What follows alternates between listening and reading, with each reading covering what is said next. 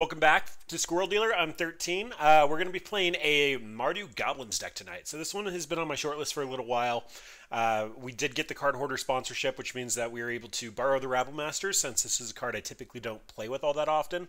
So yay! Onto the real deck. Actually, first, we got flip cards working. Even more exciting. But when I did that, apparently I broke the sideboard. So no sideboard in the deck view. That will be addressed by Wednesday. Onto the deck, though. Mardu Goblins. And the first thing I can say about this is, oh god, the mana. The frickin' mana. It's 3-color. We only have 5 Mardu cards, but in order to reliably cast them... let's actually just cut over to this for a second. So in order to reliably cast here, Frank Carson's article says, in a 60-card deck, to have 1 colored mana by turn 4, which is when we want to cast Mardu Ascendancy, or honestly, Butcher of the Horde, we need 11 sources. So we ended up going with 10 of each, which 90% of the time means we'll be casting on turn 10, assuming that this isn't actually taking into account the fact that we need 3 colors, but I mean, that's the math. So it's so bad. We have 10 sources of each. I went a little overboard on Castle Lock Lanes just because it's a really powerful draw engine, but oh god, the mana. Beyond that, we are going to be playing with a bunch of Goblin generators, Goblin Rabble Master and Legion War Boss, both of which create a 1/1 Goblin each turn.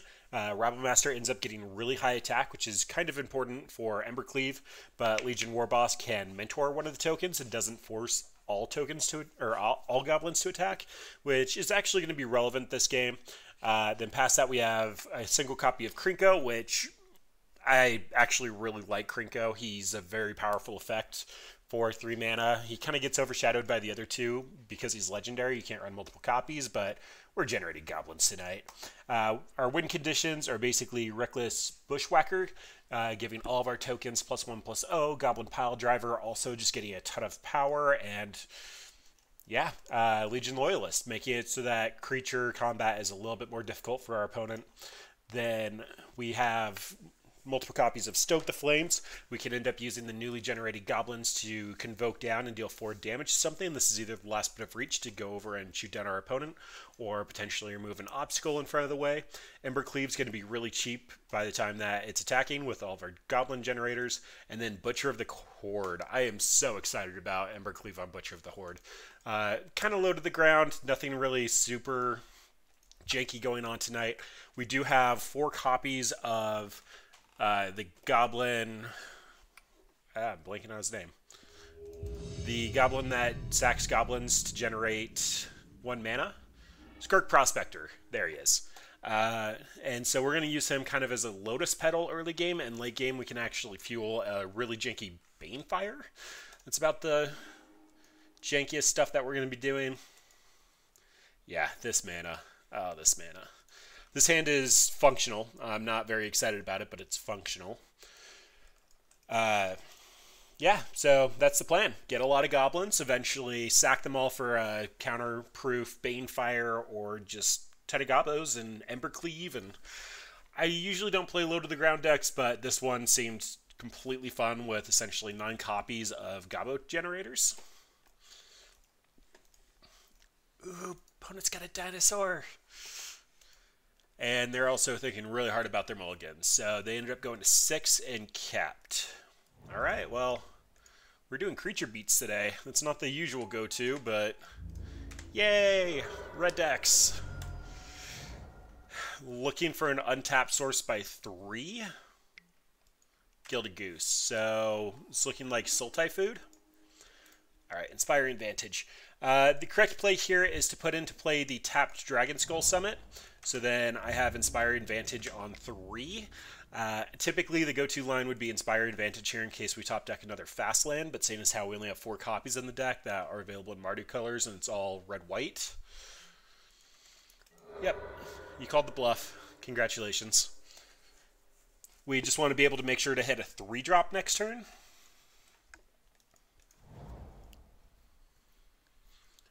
And if opponent ends up Okoing us here, I think that means that we want to actually lead on Krinko. I don't know. We'll have to see what they actually do with their 3 mana. But Krinko getting Okoed is probably a better deal for us than the Legion War Boss. Alright, that's an Oko.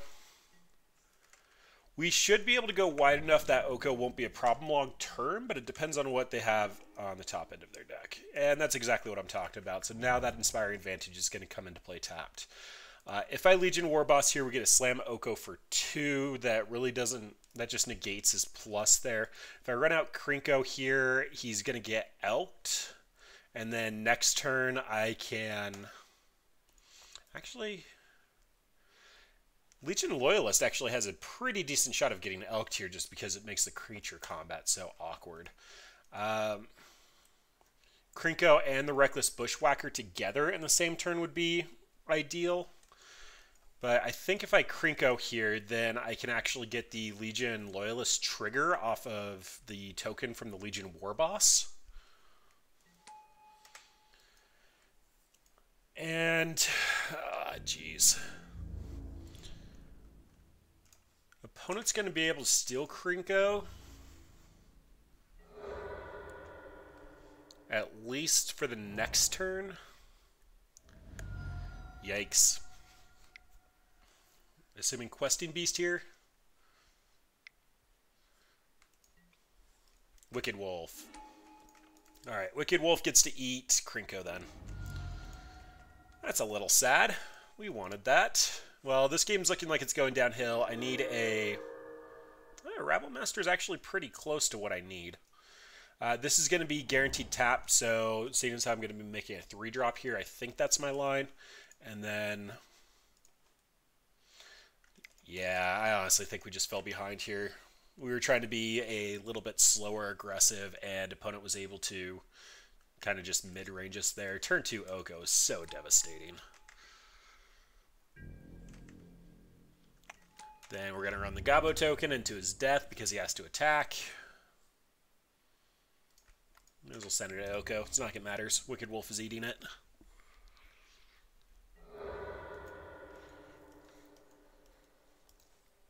Yep, this is bad. It's just going to grow and keep being indestructible. We really need to find pretty much just Butcher of the Horde, give it haste, and have an Embercleave already.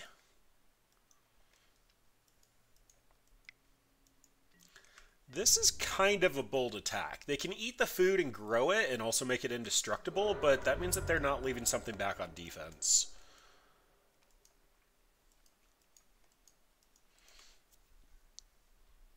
I mean, if we draw an untapped land and we can Goblin Rabble Master Bushwhacker, we might actually be able to kill the Oko here. They have the 2 Gilded Goose blockers, though. Yeah, that's likely not going to happen. Alright, and Jade Light. So they are full-blown mid-range. Found an Elvish Mystic and a Forest. So they do have 1 Forest in hand. Nope, they ran it out. Okay, well, they are out of gas. If we do answer this Oko, we kind of have a shot of coming back here. And there's a Butcher of the Horde. Butcher hits Oko. Oko elks him.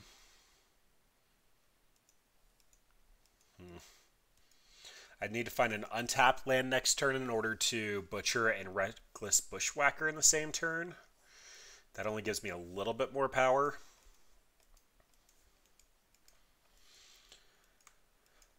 If I attack in with the Legion Loyalist, the Jade Light's just going to eat it. There's really not a lot of great stuff for me to do here. I do want the 5th mana so I can Rabble Master and Bushwhacker next turn. Or do I just want to Rabble Master here? If I Rabble Master here, he's going to get elked. And then I can't kick the Bushwhacker.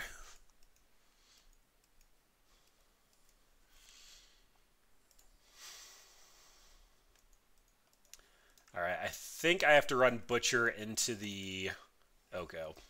And eat Legion Warboss.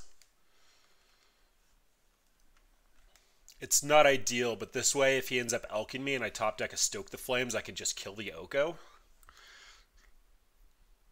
I assume that's my best line here. Sack the Warboss. Legion Loyalist is going to give me first strike and allow me to attack in through most of their creatures.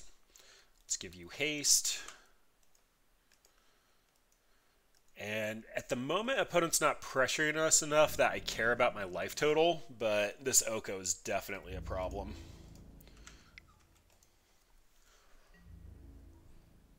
If I had the Legion War Boss there, life would be so much better. I could just eat the token and go all out.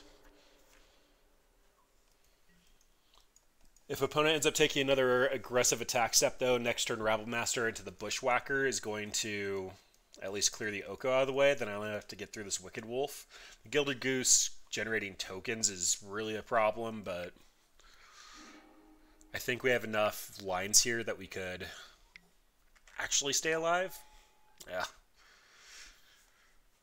You are very oppressive, Oko. So currently taking 9.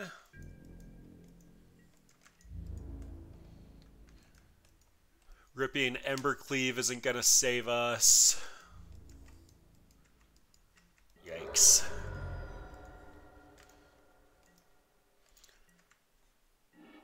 Wild Slash.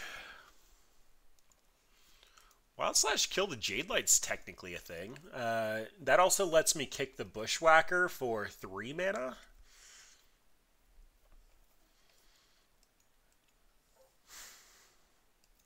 I might have to use the... Looking to win here. I think that I'd have to Wild Slash the Gilded Goose and send the Rabblemaster and everything at the Planeswalkers, and I don't think we're coming back from that. Okay, well, opponent can pretty much assume a lot of the cards in our deck, so may as well just go for it. Rabblemaster is going to end up creating a token. We're going to be attacking for 5 creatures, making this 10 damage.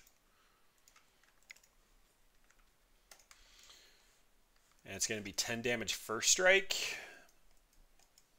Actually, I think I need to make it 8 because I have to leave the Butcher back to block. All of the goblins have to attack.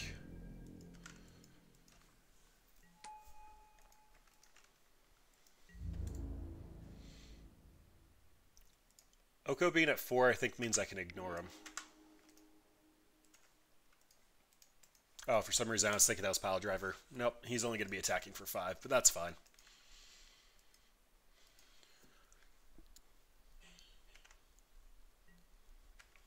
Actually, this doesn't matter, because if they leave the Breeding Pool back, they're just going to tap another land with Nissa. Oh well. We gave it a shot. We'll see how they block, see if they actually see the line. I mean, in all reality, opponent could just take 11 and then crack back for lethal.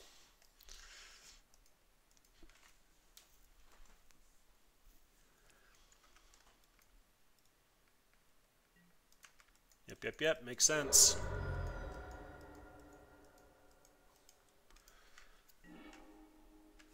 Although, if they don't actually attack me for lethal here, we could win off of some poor blocks on opponent's side. This Wild Slash could be enough reach to actually make it happen. And they're running Nykthos? That seems so greedy. It's going to generate 6, 7 mana. And they can untap it, generate 7 more. Like, they can cast just about anything in the format except for Worldspine Worm. Oh no, because Ness is out. They could cast Worldspine Worm.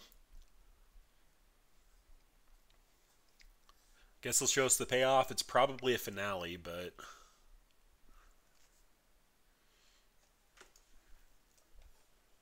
Could be a walking ballista.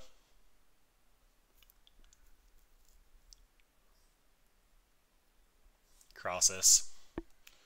Alright, well, we can't beat the 11 life gain.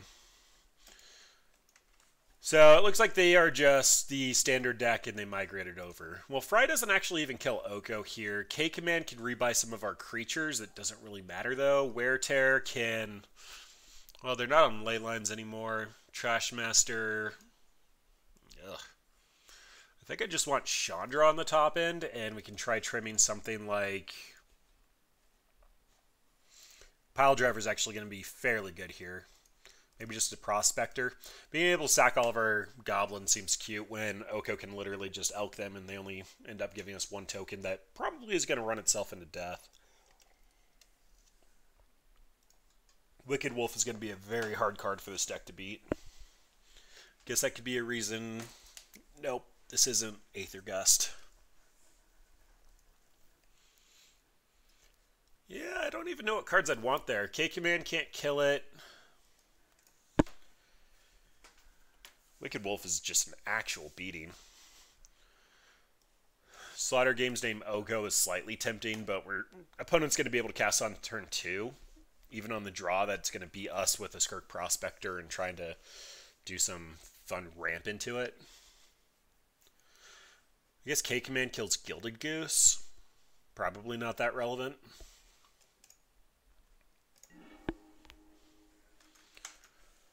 Alright. We have Loyalist. Actually, this is great. I just want one more land, and we are running 23 lands, I believe. Let's actually go confirm that really quick. Yep, 23 lands. So we should be able to get there. We can stoke the flames down. The Wicked Wolf, should it come, we're going to end up having untapped Legion Loyalist for back-to-back turns.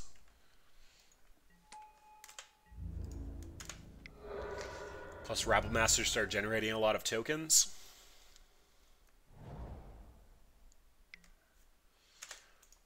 Yep, that's an Elvish Mystic. Mardu Ascendancy. Creates a token whenever a non-token attacks. That actually is a terrible turn 2 play, or turn 3, but I guess we're going to have to see if they're on Oko. If they're just on turn 2 Oko, it's going to be really hard to pull any of this off.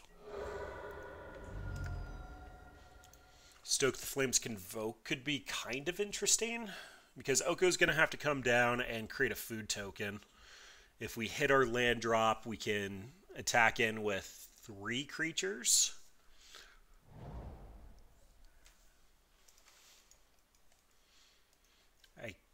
If we hit a mana, I can not stoke and Bushwhacker. It's just a little off.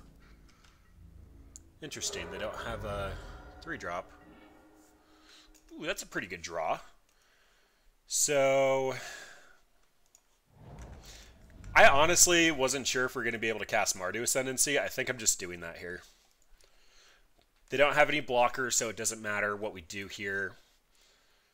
We can end up growing our creatures to get out of range of dying. In combat, should it happen.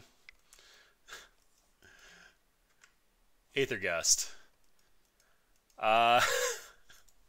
It's so stupid. I don't want to draw it. I have a lot of really good cards.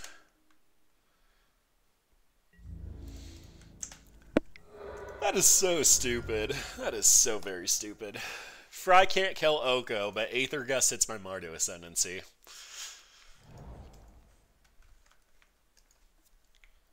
So Rabble Master can cast Stoke the Flames, should it come up.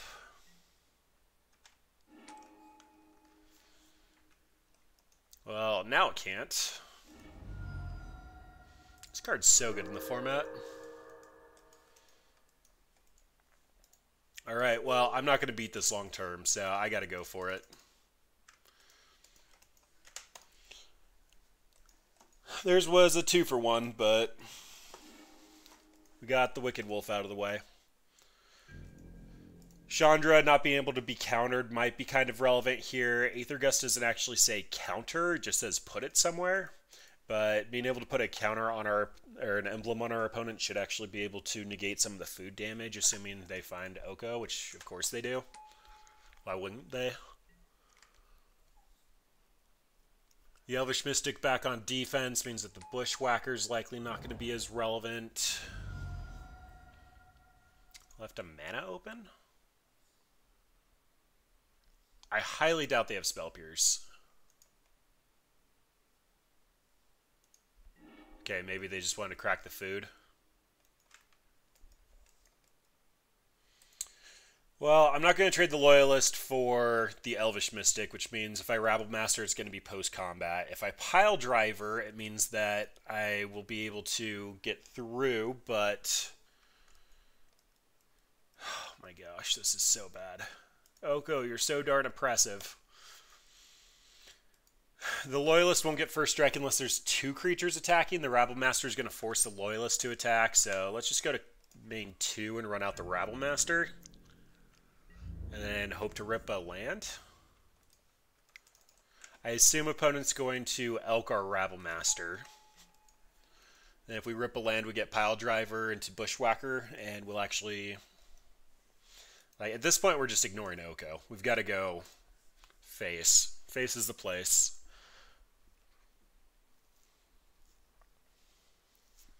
Yikes. Yikes, yikes, yikes.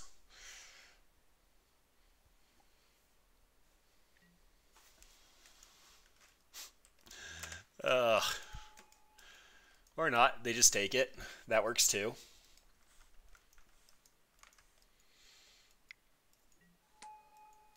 Heart of Kieran. Yeah, this feels like a miserable matchup. I know I'm not the first person to try goblins, but it's starting to make sense why goblins didn't stick. Well, Wild Slash is technically a card. But unfortunately, I think that means I have to send the Wild Slash at Oko or my Rabble Master, and none of that feels great.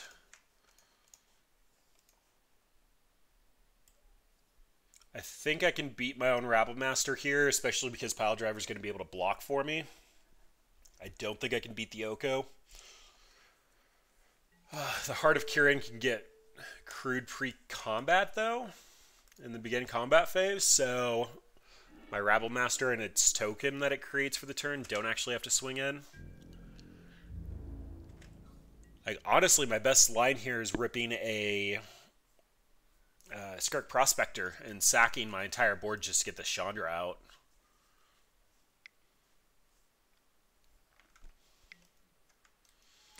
And there's a Jade Light Ranger.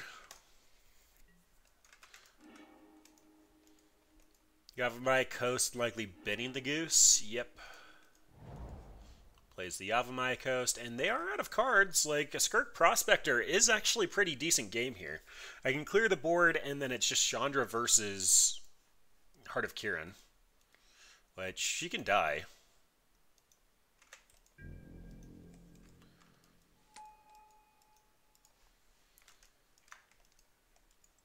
If opponent attacks here, likely just going to soak it up. Worst case... Yep.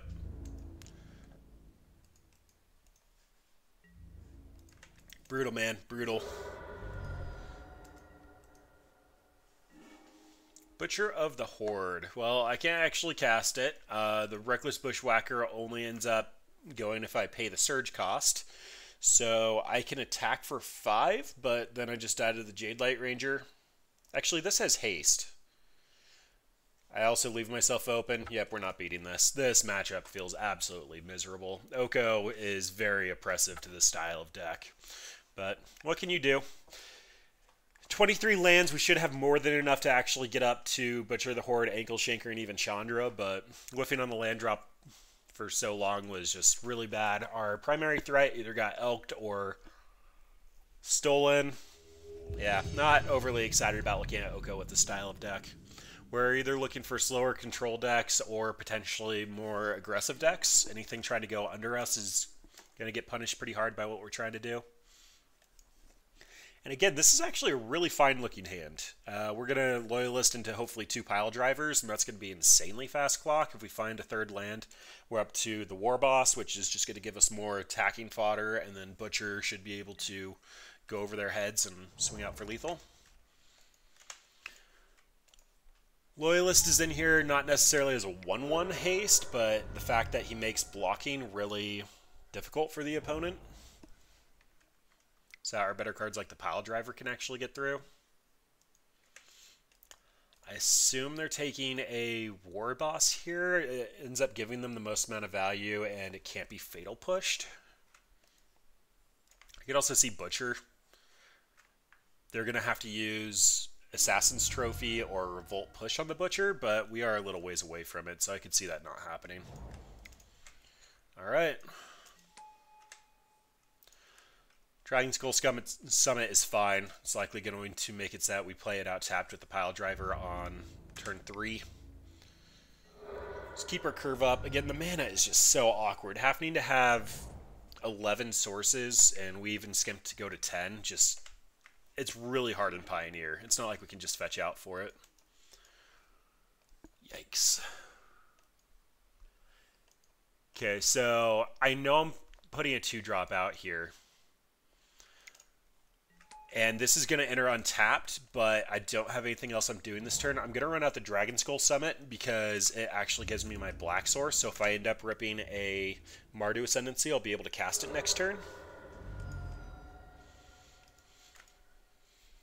I know I'm doing this to a tapped lifetime, but it just makes the most sense from a fixing perspective. And then that way, if I also find like my basic planes, I guess, then I can still cast Butcher. Cast a Lock Lane. I'm going to hit them for 10 if they eat the Loyalist, so, and then that means Butcher's going to be lethal the following turn. They only know about Butcher in hand, so I'm going to go to combat first. If they think we don't have a land drop here, they might be more incentivized to leave the Loyalist, or to try to kill the Loyalist, as opposed to try to trade with, First Strike, whatever. They can eat the Loyalist or the Tireless Tracker dies. Perfect. And that means they have to have an answer for Butcher, or his haste is going to kill them next turn. And Castle Lock Lane again, double black. So, the mana is so bad in this deck. Playing Fun decks comes at a cost. And this is definitely a real cost. We would have killed opponent there last turn. That works too. I want to kill them with Butcher. Alright, well, they have to have exactly Fatal Push here. Or, I guess, Assassin's Trophy or Abrupt Decay. Okay, so they did leave that up for the Butcher of the Horde. Gotta respect them for actually leaving an answer for the Butcher. Alright. Jund. K-Command seems like it'd be pretty good, although they have to be on Grimflayer for the deal 2 damage to be very relevant, and them being on the play, it's slightly less relevant. The Ashiok is probably going to be pretty good here. I know that Saffron Olive ended up doing a Delirium deck, and most people end up playing what he does, so I think I'm on board for this. I'm going to have to see what I trim. The Trash Master making my stuff bigger is also pretty good. The fact that he can remove artifacts probably won't be relevant in this matchup. I do like Lording just because it makes all of our 2-for-1 creatures like War Boss and Rabble Master more effective. Let's see, what would I want for Ashiok? It'd probably be a trim of Stoke the Flames. It can't kill Gurmag Angler. And the Death Touch First Strike on Ankle Shanker is actually super relevant here. 100% keeping him in. Krinko might be a little bit on the weak side, but doesn't die to the first half of Fatal Push. It might just be Pile Driver and Stoke. Just trim a little bit on the stuff that isn't as relevant and bring in something that's actually going to hose the Delirium side of things. And I know Termaglyph isn't a thing, but Grimflayer is. Traverse is probably... Let's see here. So Skirk Prospector doesn't actually ramp us into anything. We can have a turn 3 Butcher, assuming we find a Black Source. Yeah, this isn't good enough. It does awkward things. And this is fine. I like this. We're going to pitch the probably Pile Driver. Okay, it's the least relevant, and I could actually see Loyalist into Loyalist Wild Slash on the Grimflayer being relevant. Where Pile Driver is just a random drop, and they likely have an easy answer for it. Wow, no Thoughtseize on one. It's pretty good. Well, we found our second Pile Driver of 3. All right, Mr. Loyal, let's get some pokes in. I have faith you'll be more relevant later on. Carry added. Okay, this could be the Caleb deck, although we never saw any red. Given I can't Wild Slash that, I'm probably just going to run out the Pile Driver. The Loyalist having haste is probably more relevant here. If opponent has a removal spell, they're going to use it on the Loyalist. And there's no point to attack. Can't bluff killing it. I'll also be attacking with 3 creatures next turn, thanks to the Legion of War boss, assuming they're on something like Siege Rhino.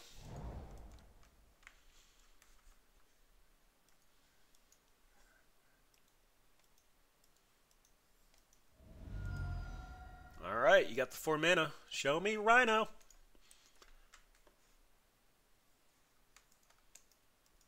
Well, they paid the shock. They're doing something for 4 mana. It might be a Kalitas.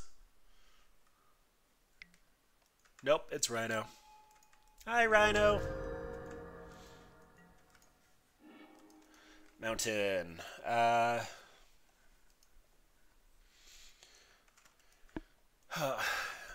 If I attack in with the pile driver, yeah, it really doesn't matter. We're just going to war boss and let the token run itself into oblivion. Then if they get frisky and try to attack, we have some really powerful lines that we can draw into. In the meantime, if they just want to sit on defense, then next turn we'll be able to multi-spell. We'll be able to send in 2 Loyalists, so they won't be able to kill both unless they have another Rhino, which is completely possible. Castle Locklane. Yep, Mr. Rhino, get your beats in.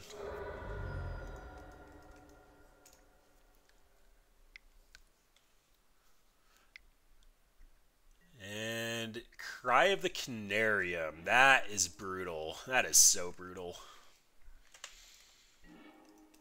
Well, we drew the Stoke the Flames. It doesn't actually kill anything at the moment, though. Opponent's currently at 20 thanks to Rhino. We are running out of outs here. There's so much control in the format at the moment that I figured there wouldn't be as many mid-range decks, but we are definitely taking a beating from the mid-range decks. Alright, well Ghost Dad's going to be really hard to kill. Siege Rhino's already a 4/5. Opponent's at 21, and they're just going to go up at least 2 more from the Ghost Dad. This kind of changes things. I thought that they were just going to be a Grim Flayer. You're looking so bad right now. Yeah, we're not beating this. We can hit for 6 here, but then we're dead. Ashiok, less excited than you. They don't look like they're Delirium. Pile Driver, being a quick threat's probably going up in value. K-Command, being able to discard stuff out of their hand is actually going to be relevant. Just the 2-for-1's probably going to be fine. I really want to Stoke the Flames just so I can kill the bigger creatures. We're really just looking for the ability to kill them quickly, though. Fry's coming in because it can kill a Ghost Dad or a Rhino. So Trims at that point. Butcher the Horde being flying and also being able to kill a Siege Rhino and Ghost Dad is also super relevant here. The Bushwhacker Cheese is probably a little bit less likely. The Mardu Ascendancy has actually got to be the cut. It's just so hard to cast, and we already have to have something on the table to have value. I like it. Chandra's just a little bit too slow here. I think I'd rather have something like Embercleave that ends up getting the cost reduced. And we are currently 0-1 versus Abzan, and we lost versus Soul Typhoon. Alright, Loyalist into Pile Driver, into Pile Driver, into Butcher. That's actually a way we can win this game. Not super psyched about the tap land. The mana base for this deck is so awkward, just trying to make the Mardu happen.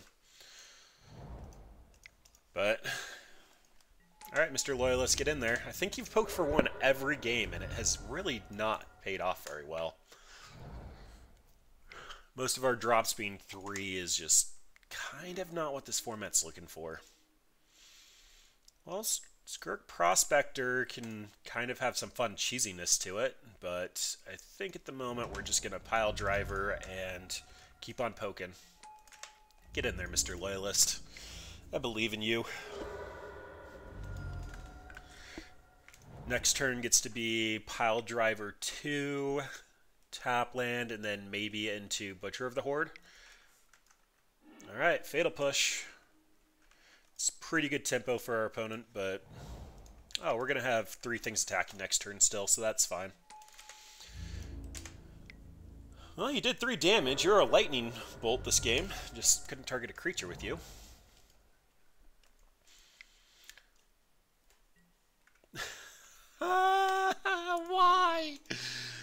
That's so aggravating. Rabble Master is going to be a faster clock, and it's a little bit harder to remove. I am expecting Siege Rhino out of our opponent this turn, but if they don't Rhino, then Rabble Master is going to be the better line just for a faster clock. How many of those are you running? Alright, well, Butcher at least gets to attack next turn, assuming they don't have a third Cry of the Canarium. I mean, this isn't even in... Mono Black's not even in the format anymore. Killing Scrap Heap Scrounger isn't that relevant at the moment. And there's so much Control and Nexus running around. Alright, show me Siege Rhino. Alright. So it's going to be Butcher the Horde versus Siege Rhino. And if I learned anything from Con Standard, it's Rhino wins. That's a Stoke the Flames. It's actually pretty decent. Come on now. Tap for white. I'm not holding down the hotkey. There we go. So we're going to move to combat. Then we're going to create the token that has to attack. We're going to sack it because it's not going to do anything and get haste. Then Butcher the Horde gets to get in. And now opponent is behind on clock. We're attacking for one more each turn. And we have a Stoke the Flames pointed at their face. Actually, just attacking next turn should be lethal with the Stoke the Flames. Ooh, there's a Rabble Master. Let's see. So, Stoke the Flames just deals 4. If I attack it, I'm going to be attacking for 3 damage. They're going to kill the War Boss. Butcher the Horde gets in, though. Yeah, so this should be lethal, assuming they can't kill 2 things. What's up, Ant for Life? How's it going? We're going to attack, attack, attack. Let's mentor this guy. Why not? He's been around longer. He deserves it. Then if they have the Assassin's Trophy, I guess that just means that my Stirk Prospector's coming out. If they don't, then I think they're dead. Alright, take it. I believe... No! Don't have the trophy! Okay, well, they lost 2 life doing this, so... You're still going to take 3. Alright, well, I'm going to be mana efficient. No, I'm not. I was going to run out the Rabble Master here, but I don't think it matters as much. Next turn, I should be able to attack for at least 2 damage and end-step Stoke the Flames. Rabble Master also forced me to attack into this Murderous Rider if they do have an additional removal spell. Also doesn't feel great. Yikes, and they have the Scoos. I have 2 things in the yard they can eat.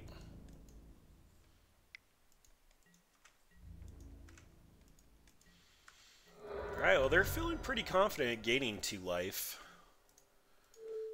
Let's stoke you. Nope, not that. Don't want to sack anything. You're convoking.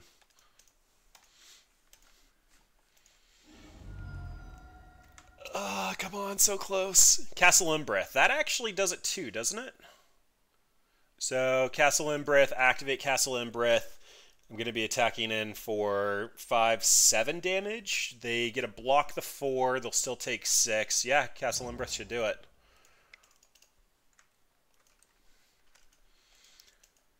Unless they have a Fatal Push. Fatal Push actually does kind of block us here. I actually probably could have cast Rabble Master and activated Castle Embreth there. I would have been down a Goblin, but... No, that actually does feel right.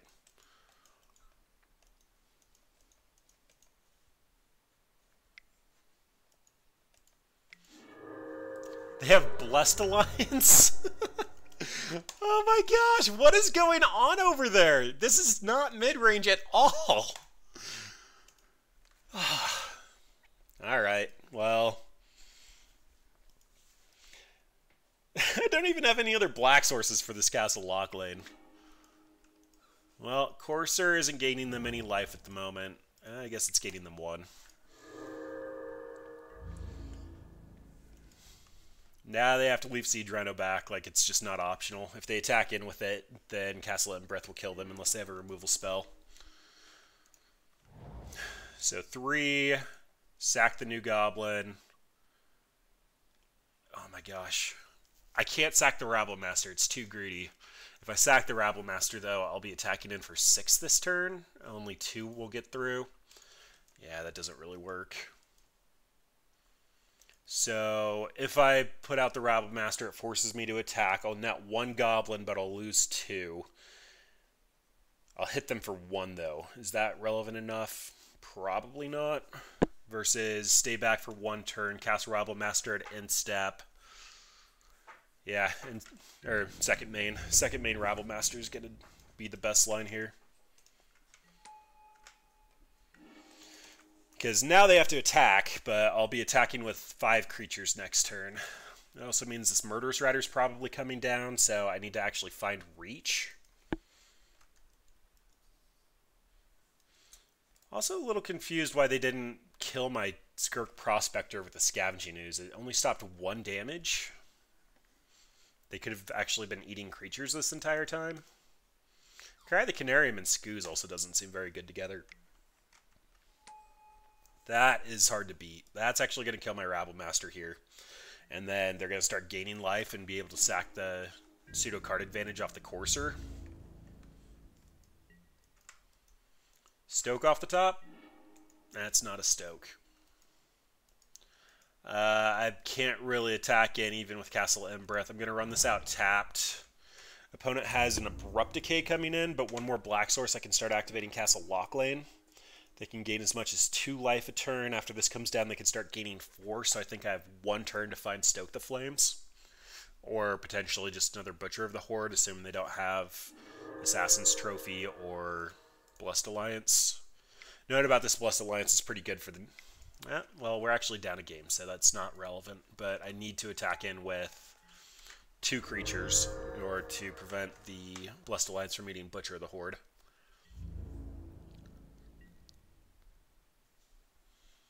Alright, well, Obsidat's life gain is probably putting us into the ground here. Oh yeah, they have a Lily coming, so I can Legion Warboss, attack in for 6, they're going to eat 2. Yep, this one's over.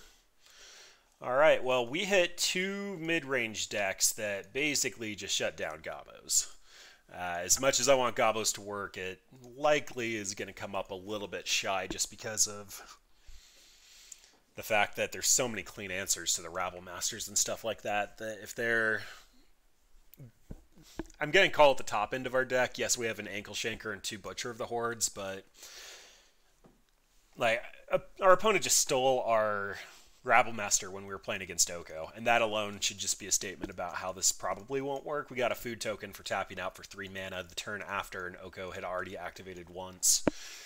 Pretty rough. Embercleave... Immediate thoughts are we just shouldn't be Mardu. The mana base is super painful to try to make the Mardu cards happen for not much payoff. Multiple Embercleaves would be good. The Skirk Prospectors, I like janky cards, and we should have a Banefire somewhere in this list. Do we not have it? No, we have a Banefire. I wonder if it just didn't import. No, it's at the bottom of the 1-drop curve. There it is. I see it. As cute as a Banefire Reach finishes, we haven't been hitting our land drops consistently enough. We have 23 lands, which should be plenty. It just, we haven't been able to hit our drops properly. Alright. Come on, good hand.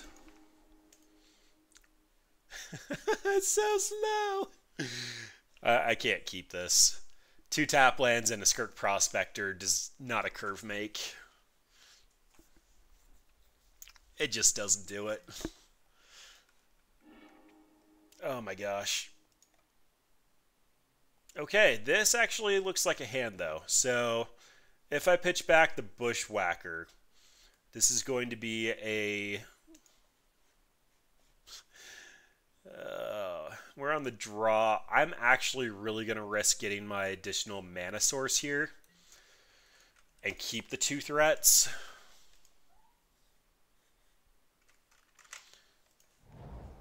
Fabled Passage. That is actually awesome. So we're going to use this as a really bad Lotus Petal. And that means we're going to Rabble Master on 2. Assuming something doesn't happen after Wild Slash, which is completely possible, but... Show me what you got, opponent. Looks like it's green again. Traverse. So this is likely Abzan. Could be Sultai, but... Yikes. Well, we still get a turn 2 War Boss. Don't know if it'll be good enough, but that's our plan. I mean, Mold of 5 get Thoughtseize is not Happy Magic Christmas Land, but it's a start.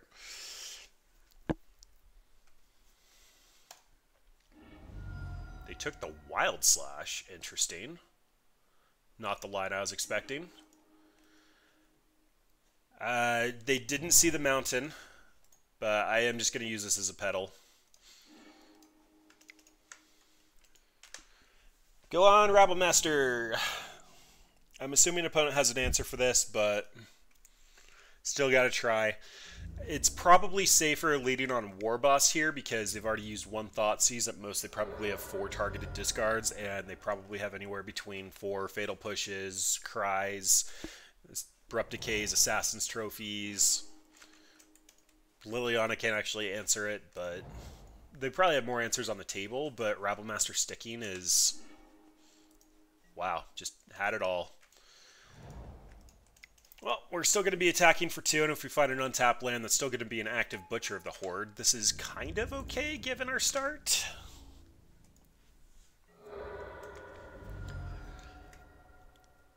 They have to have a board clear. It's also looking like straight Golgari. It doesn't look like they're splashing blue or white at the moment. They've had multiple opportunities to go get any other colored basic, and they haven't done it.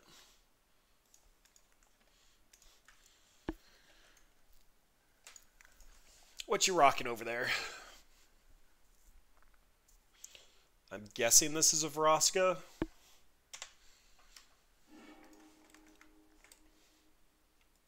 Alright, well that's still our land. It's just tapped. Again, mana has been so bad.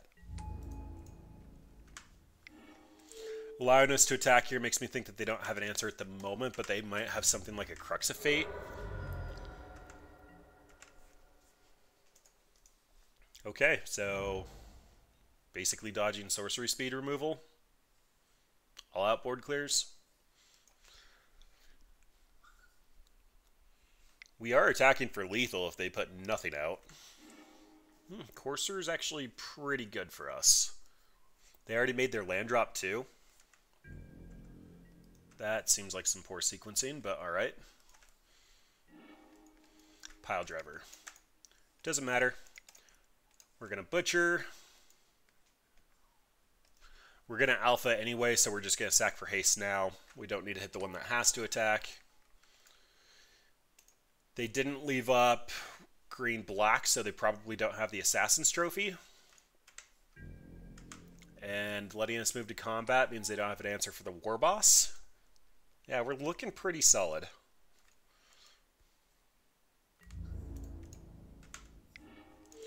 Enter you.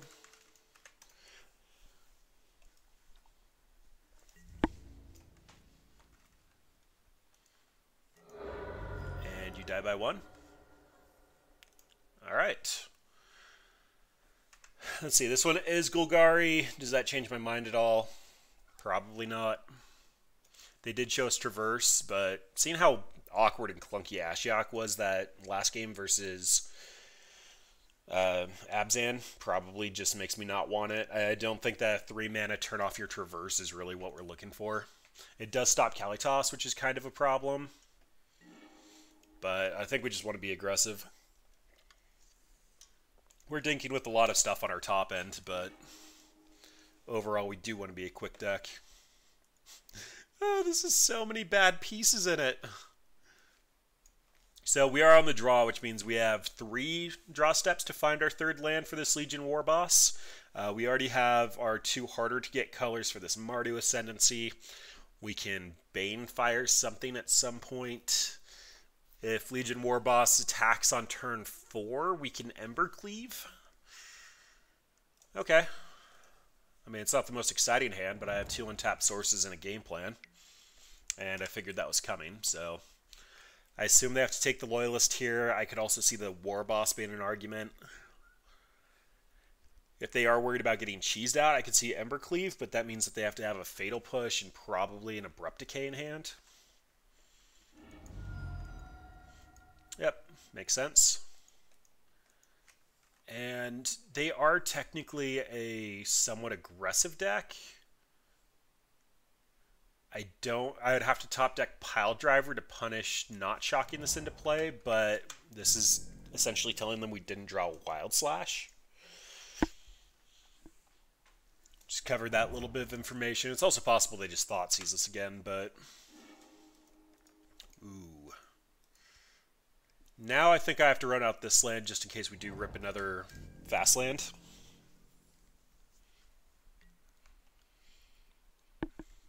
Then we have Wild Slash up in case they're on Tireless Tracker. They did show us Courser. Oh, they're missing their land drop? That's great for us. Well, this means that my Legion Warboss is dying, but... maybe not? Do I have hopes and dreams?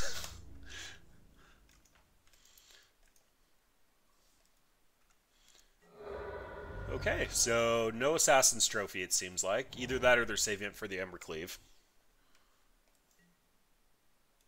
Okay, it's a dead weight. Well, we have a Gobbo token, and I'm proud of him. Well, whiffing on a land means that we're probably on Warboss again. Give me a second Gobbo token. I love you guys. You're doing great work. You're getting a great Christmas bonus. You're getting in there every combat step. So proud of you. Alright, double black there probably means nothing but horrible things for me.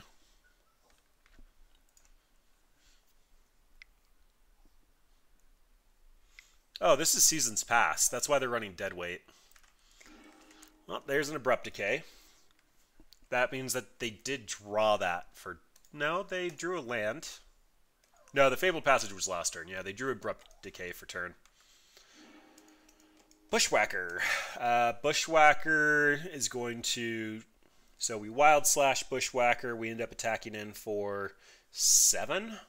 That puts opponent down to 8. Probably not relevant enough. So I can Mardu Ascendancy here, and Mardu Ascendancy actually won't benefit from the Bushwhacker trigger at all. If I Bushwhacker here, it means that I'm going to be able to Embercleave next turn, which probably isn't good enough. We came here to cast Mardu Ascendancy. We're casting Mardu Ascendancy. It's also going to let us save our creatures in case there's a Cry of the Canarium in the future, which apparently is something I need to be very afraid of. If they are Seasons Past, it's very possible that they are running Cry of the Canarium because they can tutor for it. That's kind of a problem. I think I have to Bushwhack that. Pile Driver. Pile Driver doesn't really solve it.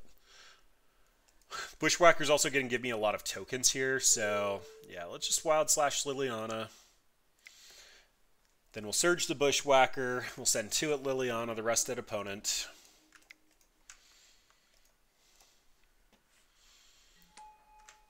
I just got to get this off the table, and I've got to do it while they don't have any removal up.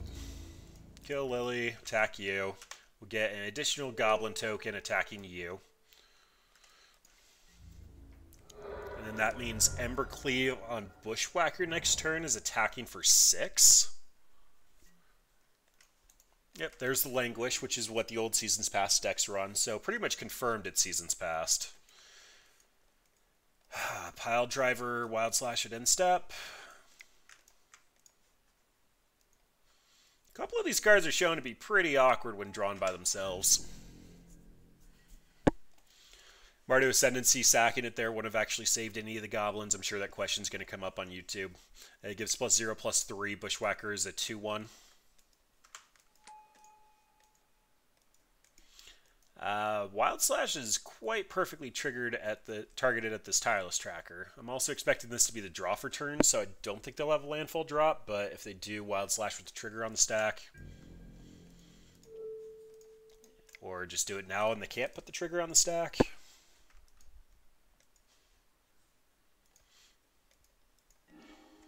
If we rip a land, we can actually Embercleave the pile driver. Look at that. Alright, so let's see if I can stack these triggers properly. Nope, they have the Fatal Push. Lame. Am I supposed to crack the Stoke the Flames here? Probably not. I can save it until end step, see if they actually have something worth hitting it on, like a Courser.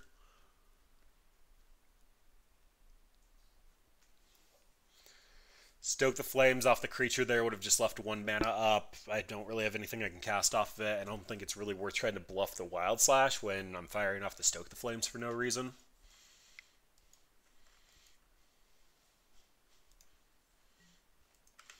Alright, that's Tireless Tracker. Reveals their hand, you choose a creature or planeswalker card, and they discard it. Okay, I think I'm just going to kill this because it will actually drown us in card advantage, and we won't be able to come back.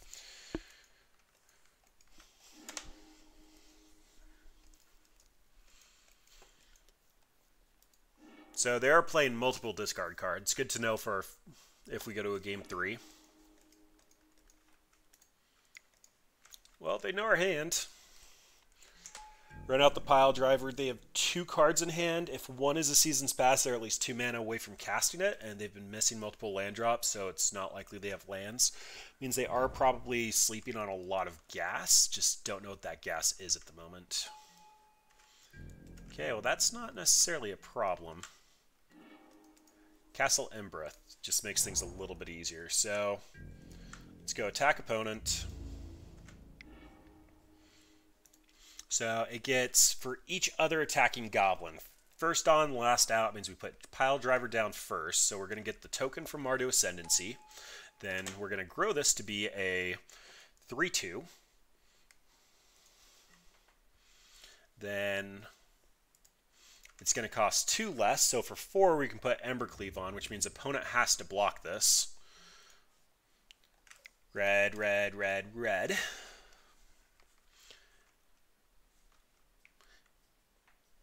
Embercleave comes down, attach it to the pile driver, make it a 4/3 double strike trampler. Then that hits opponent for 5, and if we rip any lands, we're going to kill opponent here. Mardu Ascendancy is going to allow us to grow the pile driver outside of the Reigns of Languish. And it's even going to be attacking for more next turn thanks to the Ascendancy, so we might have locked this one up.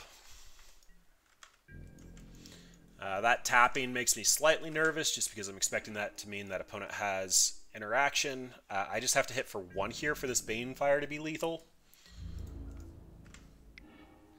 Pile driver down first.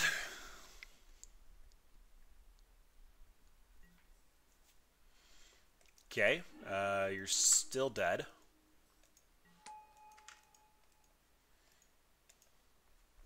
Unless you have a magical green counterspell. Now that Veil of Summer's out of the format, that's likely not going to happen.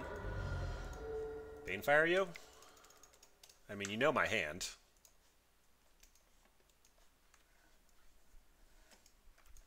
Okay, well, we actually took one versus Seasons Past, which kind of makes sense because they are technically a control list. Had that been actual mid-range, we probably would have suffered. It would have been a little bit closer to the Abzan, where they just answered our creature once, and then we kind of puckered out while getting beat down by a Siege Rhino. But Seasons Past actually tries to play the control game, then cast a Seasons Past for card advantage. I should probably put Seasons Past up if I'm going to be talking about it.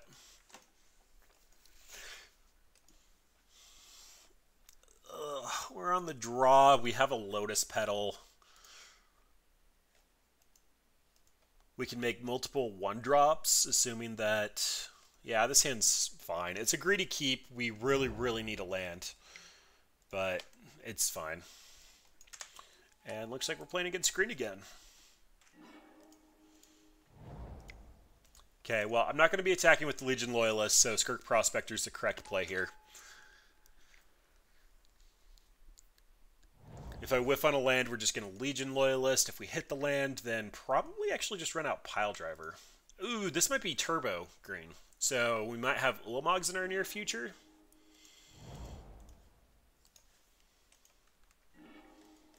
And we hit the Blood Crypt.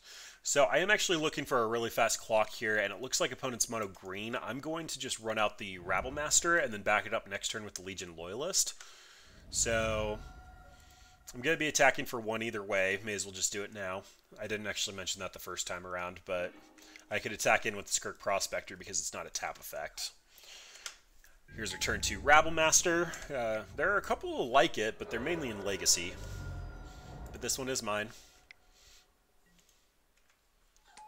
And it's a turn 3 Nissa who shakes the world. Yep, that's kind of a problem. Stoke the Flames won't kill it. Yeah. Okay, Skirk Prospector's fine because we wanted to run out the Loyalist here anyway.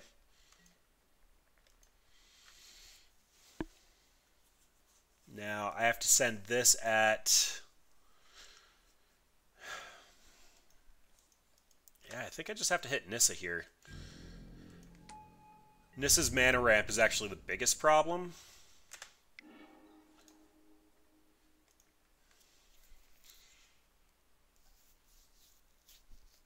But it means that's going to stick around for a turn. Opponent should be eating the Legion Loyalist here. Looks like they figured that out. Next turn I get Ankle Shanker, though.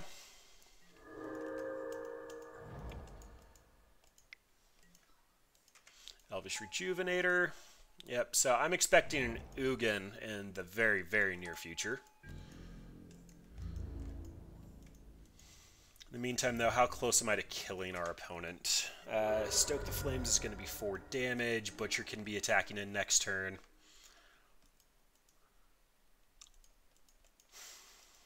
So, sack a Goblin token, Rabble Master. Rabble Master creates 2 more tokens. I tap down the team, kill the forest. They'll have 7, 8 mana. I'll still get hit by Ugin here. Alternatively, I can not Ankle Shanker because I don't have white. I can't Butcher because I don't have white. Mana in this deck, man. It's going to be a consistent problem.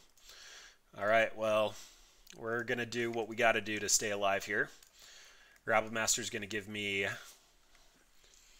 couple of throwaway dorks.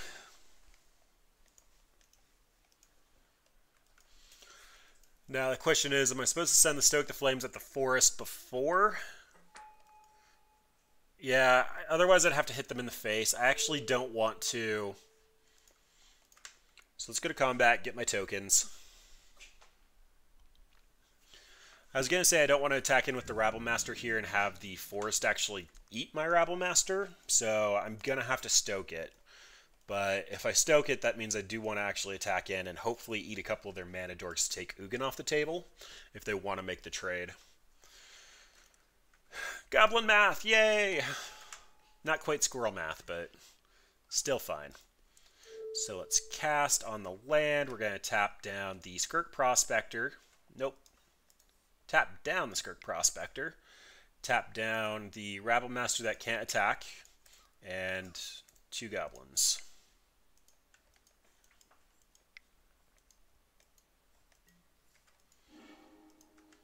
Alright. Then all gobos have to attack. We're swinging in for 3. Assumed opponent would be doing this. Makes me think that they don't have Ugin in hand, but they could potentially have Ulamog in hand.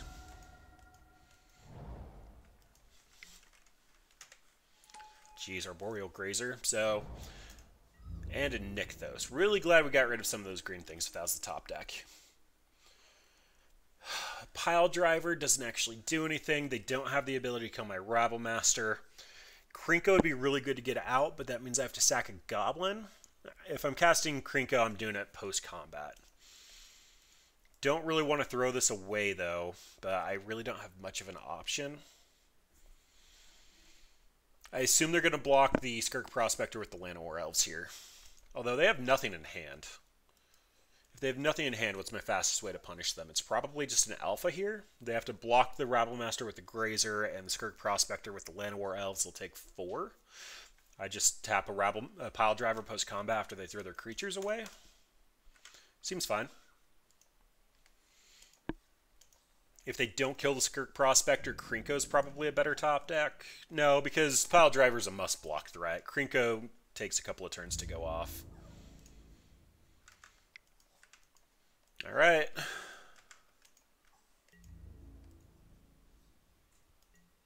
Interesting. So they are trying to get their devotion up.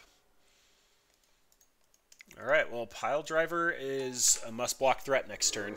They have to block both the Rabblemaster and the Pile Driver. And then they're probably going to die to the token, so it's going to be 5-6 damage. I'm going to be 1 shy. Rip a White Source, let me attack with Butcher. Okay, that's going to make a land permanently a 4-4. Not bad, but it's not going to be a finisher that wins them the game at the moment.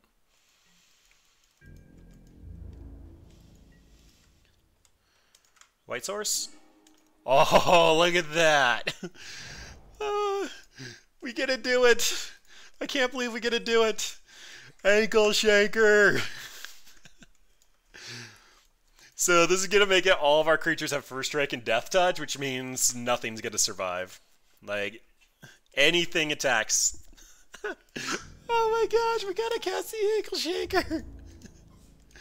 Oh yeah, I don't care about your Nissa. Not even a little bit.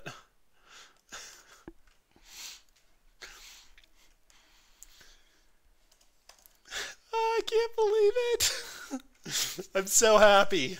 Honestly, the deck's been making me sad, but this moment right here was totally worth it.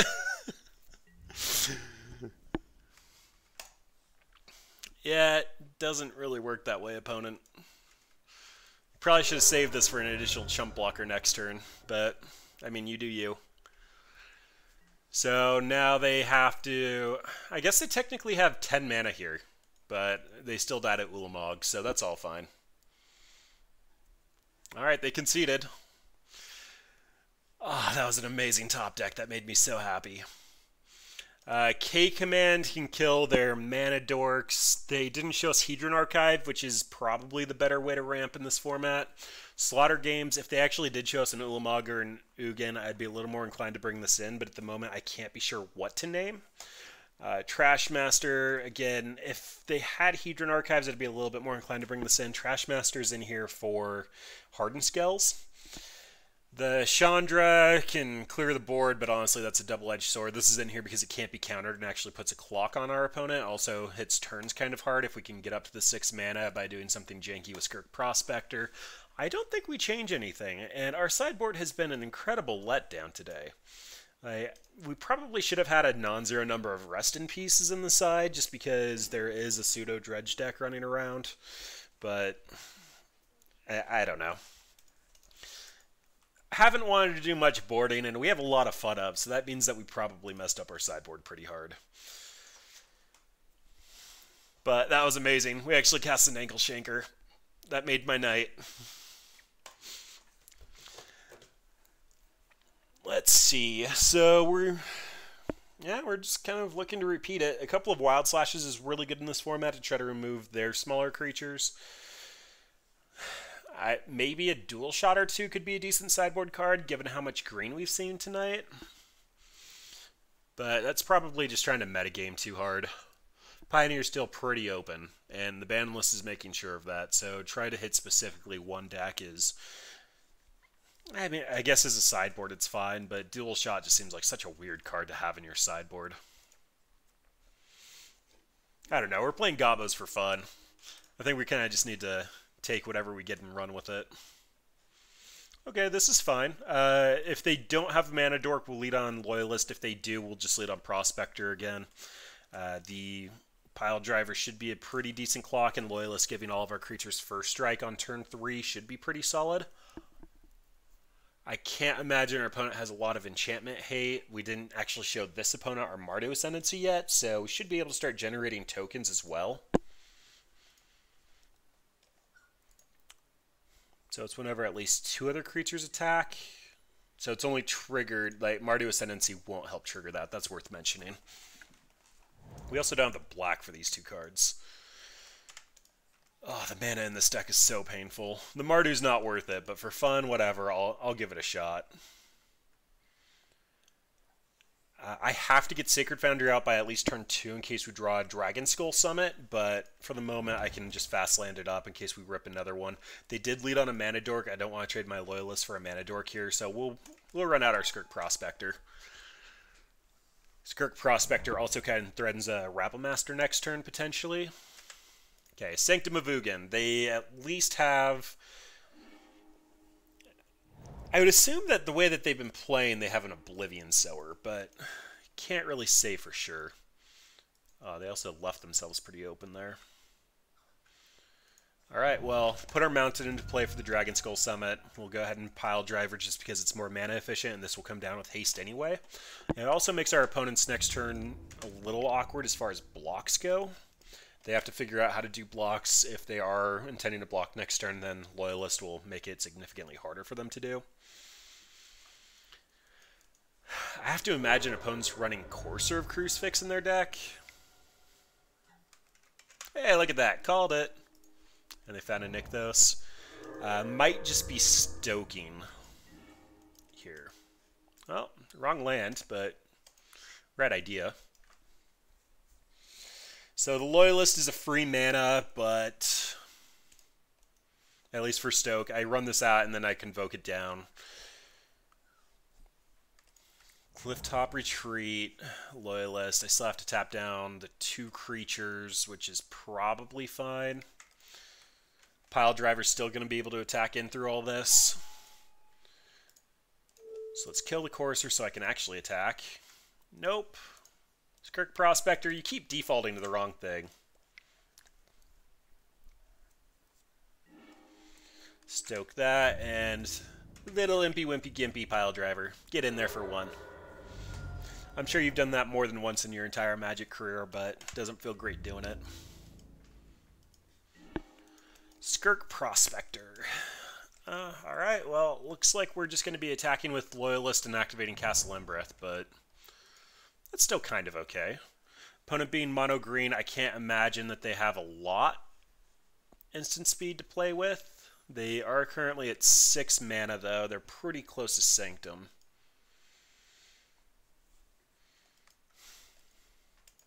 I mean, we're going to do what we can do. This Loyalist is going to make it so that our creatures can't die.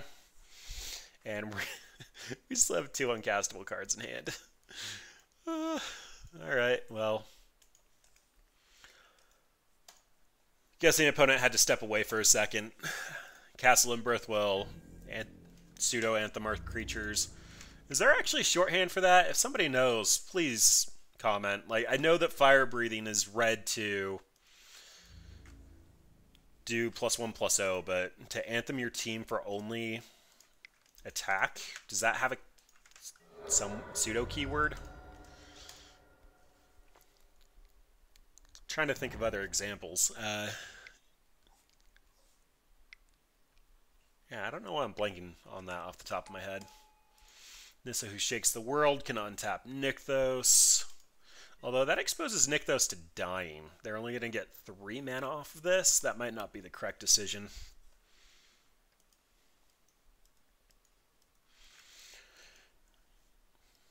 No, they have 4 mana. They still could have just untapped a forest, though.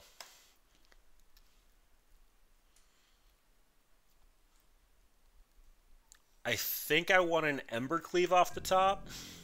Embercleave will make my Pile Driver lethal.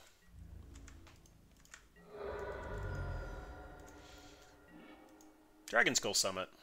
Okay, well, that can let me run out Butcher of the Horde. Oh, no, we're doing Mardu Ascendancy, because A, it can grow all my stuff to survive, and B, it will grow my Pile Driver to actually be lethal, so they'll have to chump block it with Nykthos. And I'm realizing now that they actually activated Nykthos because it's legendary, and they intended to chump block this turn. Yep. They do get to eat my Loyalists now, but...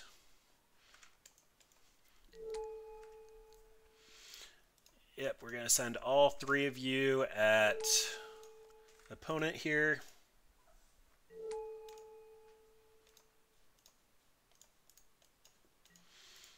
And that's going to be one beefy pile driver.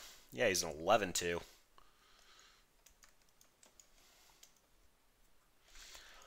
Then, unless opponent actually Ugins, I think we have them dead to the Butcher. The fact that we can actually run out the Skirk Prospector to be haste for the Butcher is well worth mentioning. Ooh, they don't actually want to eat the Loyalist. Alright, and they conceded. So, I think the takeaway at the moment is Oko stealing Rabblemaster is just something that really shouldn't be happening in this format, and Siege Rhino is a really good Magic card. And I know a lot of people are trying to jam Siege Rhino right now, but for the most part I think a lot of people are saying it's not actually that good.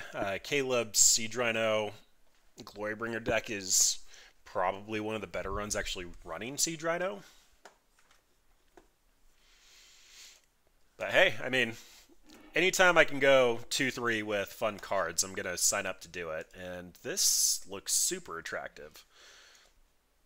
We're an aggressive deck, so obviously we'd prefer to be on the play, but we're so close to the Rabblemaster, the Embercleave is going to be able to cheese out an easy win. Yay, Gabos! Alright, well, ooh, white mana. I'm going to take the old Bolt the Bird. I don't want to trade the Loyalist for the Llanowar Elf. It's still going to be able to poke in next turn, and hey, look at that. They didn't have the mana. Beautiful. That also means that they're likely not going to block my Loyalist here.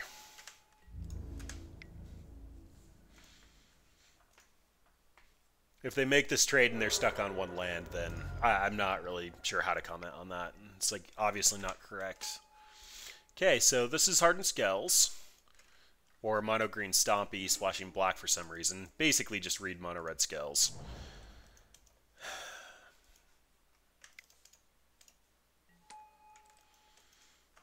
That was a mistake. I should have done it post-combat.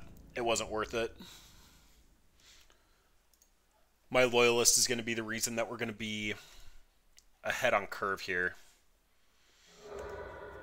It wasn't worth the extra 1 Goblin token to make that exchange, but they are valuing their Pelt Collector, which doesn't make a lot of sense to me, but sure, you got it. Okay, protection from monocolored can actually kill our Ankle Shanker. Ankle Shanker is no longer an out. Honestly, did not think I'd be saying that today. And Mountain is great. So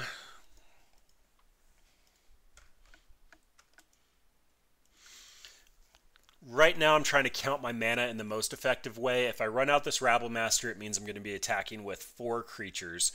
If I actually run out this Rabblemaster and the Skirk Prospector, then I can sack 2 creatures that get blocked for the Stoke the Flames, tapping down my Skirk Prospector and my Rabblemaster. If I run out Rabblemaster and Skirk Prospector, I can also sack 2 creatures for Embercleave on the one that goes unblocked. Loyalist is already going to give it first strike, which means they're probably not going to block the Rabblemaster, and that means I'll be able to Embercleave the Rabblemaster with 4 attacking creatures. Oh wait, no, that doesn't work, because if I sack the creature for mana, it's no longer attacking. I almost just walked right into that. That is a little bit of a non-bow, but honestly, I think our deck works fine even with that. So let's go ahead and run out the Rabblemaster and Skirk Prospector. And then that means that if they try to kill off 2 smaller creatures, then we'll just stoke a problem. If they try to kill the Loyalist, we'll just sack 2 random creatures and stoke the flames to protect it.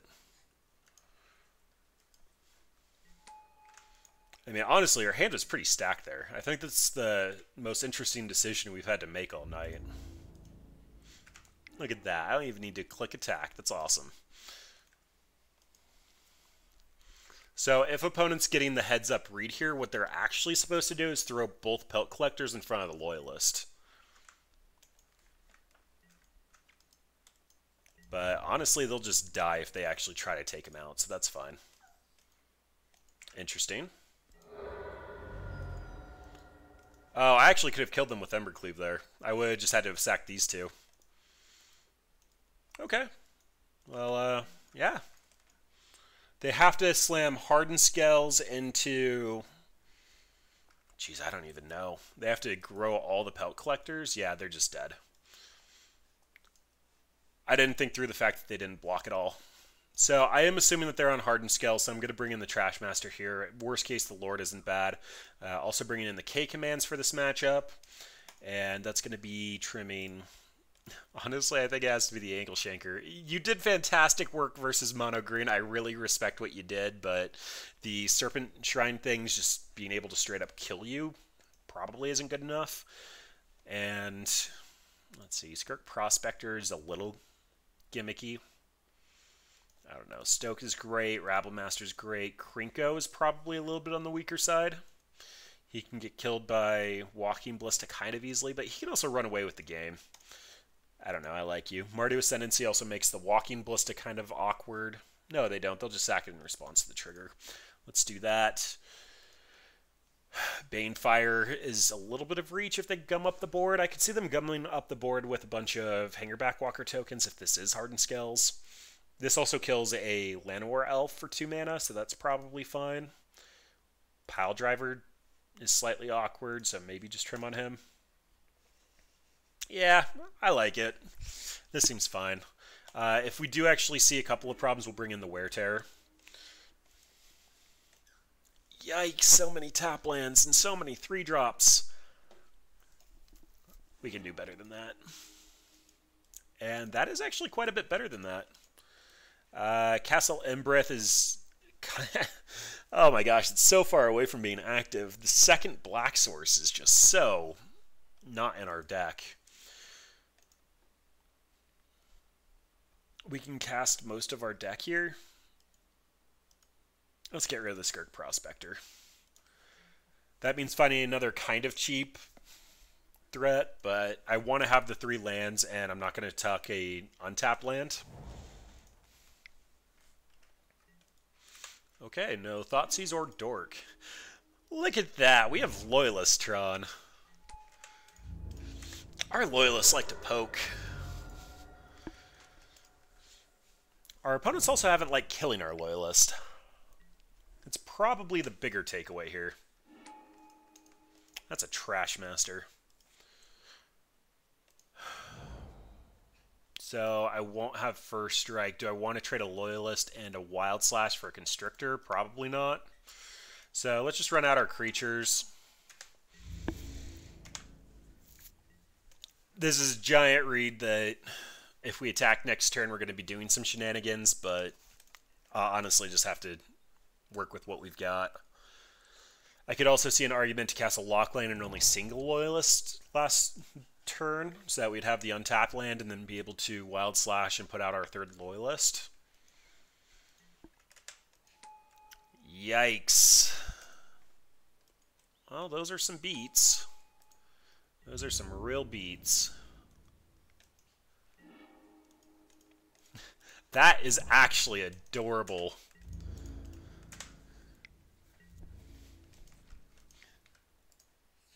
Turn off auto yields. Didn't mean to F6. All right.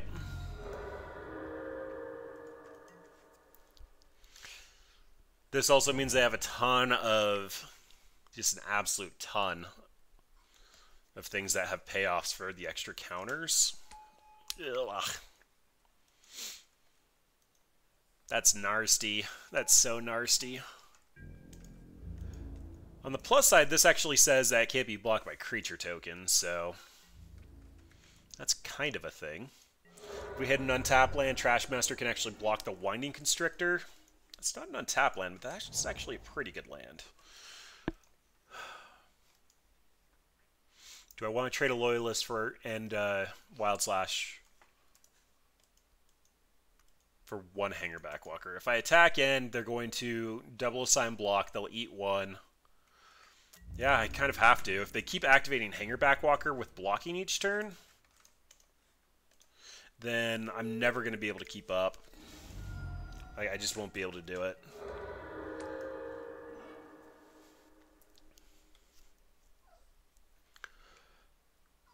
So right now the plan is Goblin Trashmaster, blow up the Hangerback Walker in response to the activation,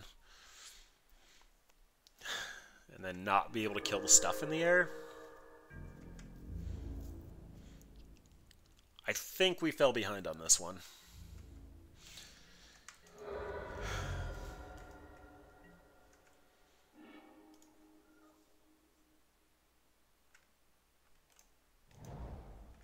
Because, like, worst case, or best case scenario is I still have to deal with 6 more Thopters here.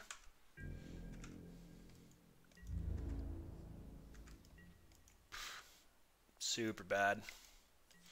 Yeah, they're supposed to activate this with the Trashmaster on the stack. So we're going to destroy that, sacking a Loyalist. They're going to get 3 more Thopters, and then we're dead in 2 turns. Actually, we're just dead here. We have to block that. We block that. We'll take 8. Basically anything kills us. Assuming Hangerback Walker, they've always got one. Okay, or just fight. Yep, that was going to come down and fight my Trashmaster, and then they attack in for lethal. So, Wear Tear coming in at this point, probably over the Trashmasters. I don't like having to sack a Goblin to destroy an artifact. It just doesn't feel high enough value. Chandra actually might be coming in too, just because it can clear away all the tokens and also kills Winding Constrictor. We're on the play, so we have a little bit of time, and the Skirk Prospector can help ramp us into it if we have any of our token generators here. Yeah, Bushwhacker's probably coming out. I think they go wide a little bit better than us, and that seems like a fair exchange. All right.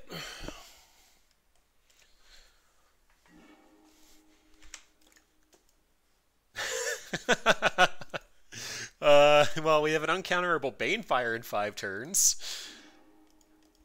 This is actually fine. Krinko is at least a start towards something. If our opponent's a little bit slower, this actually has some payoffs. I think the Butcher is probably our worst card here. Butcher's Lifelink could actually keep us in this, though. We don't actually have any good fuel for the Stoke the Flames. This can deal with a Winding Constrictor, but I think that's my best thing here.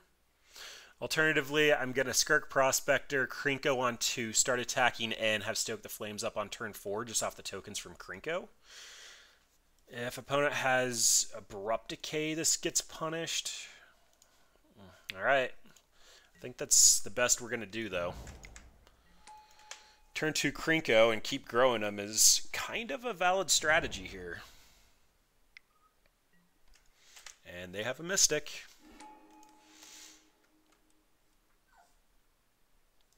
Blood Crypt's still going to give me Mardu colors, so that's probably fine. Let's sack you. Run out of turn 2 Krinko. And if the opponent has removal, I'm pretty sure we just lost, but we're kind of trying to do the win off the back of a single Rabble Master in the stack without a Chalice of the Void to back us up, so, or a Trinisphere.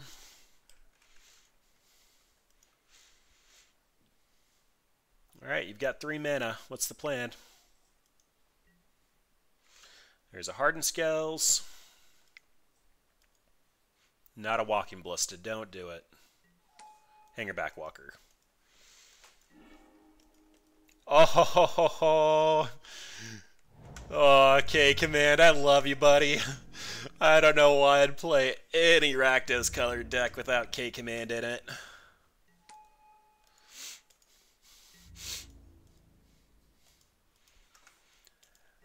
Now I gotta hold up Stoke the Flames or K-Command.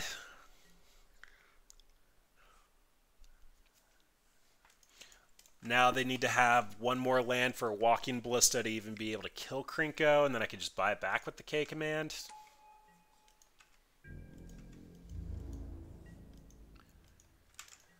Okay.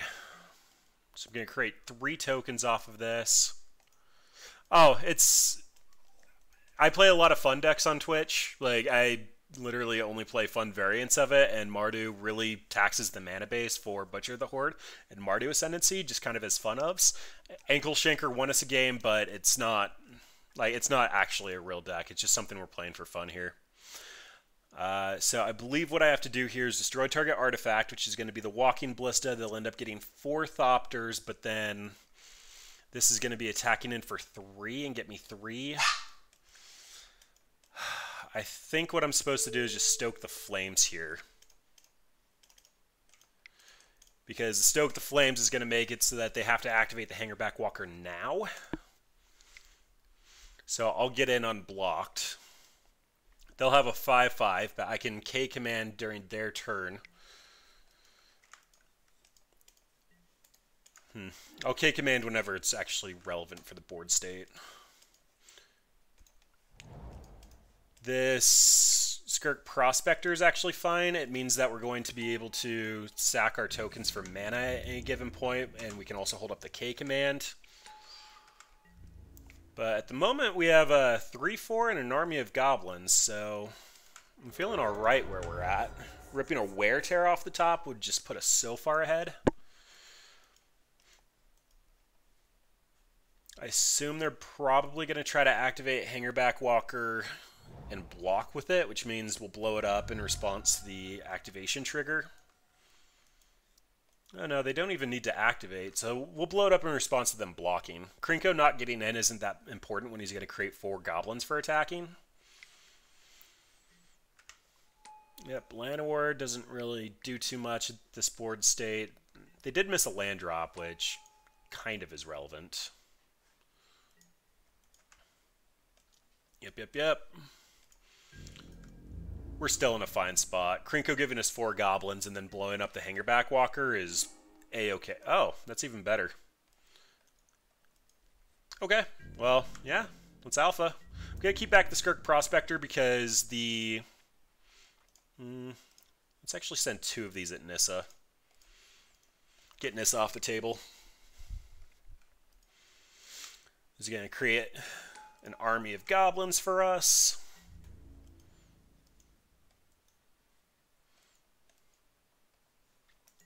I didn't mean to send that in. Oh well. Let's fuse, destroy that and that. Oh yeah, the Pummeler deck was awesome. I had a friend that actually like exclusively got into Magic because of that deck. Then they're going to get a lot of tokens. Skirk Prospector's going to die. Really doesn't matter. Honestly, if I wanted to correctly play, I should have sacked the Skirk Prospector to cast the Wear Tear and left up a black mana so I could K command, but it's fine. Opponent's at 8. We have a K command and an army of goblins. We're going to be attacking for 9 just off the goblins next turn, which means they have to keep pretty much all the Thopters back just to prevent themselves from dying. The K command giving us extra 2 points of reach is probably going to be lethal next turn.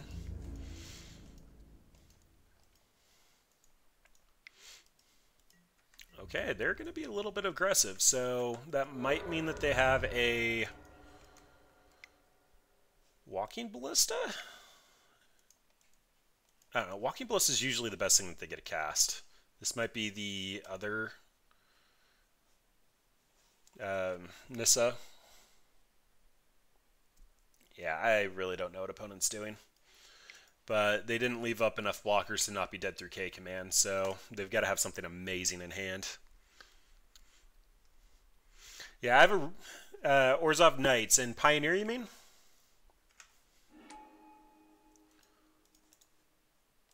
Which one are you picking? Because I might be K commanding here. Yep. So I'm going to kill this now and force them to discard. Actually, no, I need to do math. So they kill this. I'm going to be attacking for 8. Just assume that this gets blocked. They'll be able to block 2 things, so I'll hit for 6, and then K command's lethal. Versus kill this here, and then I'm 1 damage shy. but this is actually 2 damage neutral. So yeah, let's just destroy this now. We'll do 2 damage and have them discard. Rebind the Skirk Prospector doesn't do anything at the moment, so target player discards 2 damage here. Nope, I don't have black available. I punted. No, I have not. Is it a cool deck? Should I be checking it out? Where did it pop up at? Did it 5-0 recently?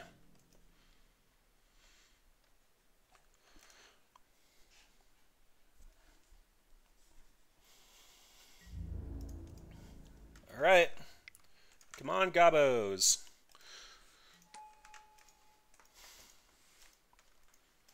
Honestly, keeping this K command up is probably fine if we can't kill our opponent here, because if they have a grow spell or anything, we can destroy an artifact and shoot down a creature. If you want to send me a list, I'd be happy to check it out. I literally just play a ton of fun decks. That's all I really do. So, 2 damage.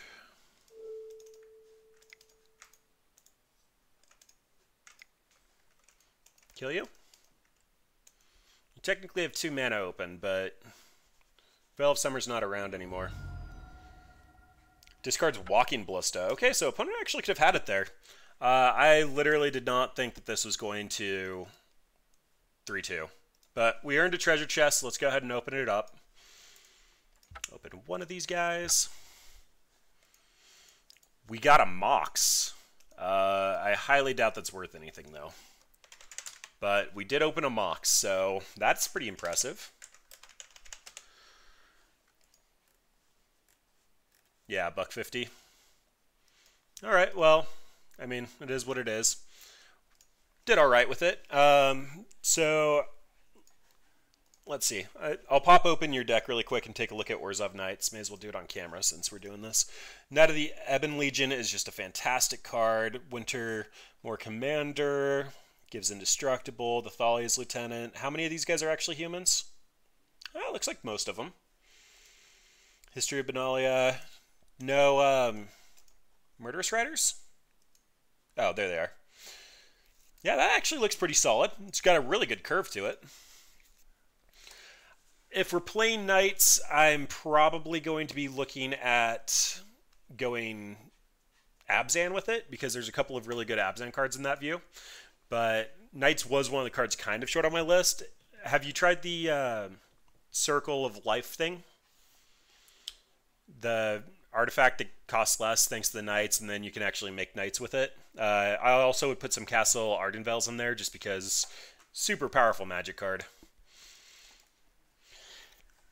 Let's get back to Mardu Goblins for the moment, though. I'll keep an eye on chat. So sideboard is missing. I did fix flip cards. I was super proud of that this weekend. Bob, if you ever see this, huge shout out to you for actually helping me with the logic for figuring that out.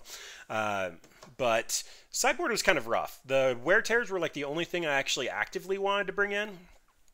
Mardu doesn't work though. Like, we had some fun with it. The Mardu Ascendancy with the Rabble Masters and the Pile Drivers, like there's some sweet synergy there, but the mana fixing in Pioneer just isn't quite good enough at the moment. Like, we did go 3-2. We lost to Oko, which Oko's just very powerful, and he literally just craps all over this deck. There's a reason that his power level is just super far off, and like turn 2 Oko steal our Rabble Master is just absurdly broken. I honestly did get a little salty at that just because it's so strong, and like Rabble Master is a really good 3-drop that's used in multiple formats, and just the fact that you get to steal it for a food token is pretty absurd. And even though we were pretty aggressive deck, we had no way to answer him. Like, the fact that Fry didn't kill him, we either need a better removal spell or Oko probably needs something to happen to him. I will be looking at playing a like 20 Oko list here in the near future. But just some random thoughts about that. I do think Embercleave was actually very powerful. I think Embercleave is one of the better cards in this. I would love any kind of fast mana there. The Skirk Prospector working as a pseudo-Simian Spirit Guide kind of sped us up to the point that we were able to steal some games just because like a turn 2 Krinko there at the very end, that last match was fantastic. Getting something along those lines would be great. I think we need the Instigator that costs 2 mana that comes in with him and a Dork. And potentially to do something with our graveyard. The fact we aren't reliant on our graveyard was pretty good, but like a Murderous Cut or something would be nice. Just stuff is going to the graveyard. Our opponents had scavenging oozes. Like, just get stuff out of our yard and delve it seems pretty good. I don't know if that's just like a Gurmag Angler, just so that we'd have a resilient threat or what, but mono red is probably the better direction to go, and I don't really know how I'd utilize my graveyard in mono red like that. We might even splash white for another fun card, like maybe in the Always Watching or just some kind of Anthem, just something that actually gives us a little bit more flexibility beyond here's a couple of gobos, this is what we're doing. A 3-drop that requires sticking on the board and no way to support it is kind of hard in this format. But I mean, we did kind of well. We honestly, I play Magic for fun. If you're regular of the stream, you know that I literally just jam fun ofs in every deck and angle shankers. Oh my gosh, when that came down, that was one of the best feelings I've had in Magic in a while. It's just so much fun to see cards like that do what they're intended to do when like nobody's even watching them. Thank you very much for the follow. But those are just some thoughts on the deck. I would definitely stick with mono red if that's something that you're doing. But anyways, guys, I am thirteene. I play a bunch of fun decks. We have a full history of everything up on Squirrel Dealer's website and on YouTube. Feel free to go check it out. My schedule's over there on the left. We will be playing a couple of fun decks this week. I might even get a couple streams in because I am actually off this week. So I'm not actually doing my real job. So we might get a couple more fun videos in. We'll see how that goes. They will be ad hoc and they'll definitely go up to YouTube. If you have a fun deck, send it to me. Happy to comment on it. If it's something really cool, we'll play it on stream or a variant of it. Anyways, thanks for hanging out, and everybody have a good night.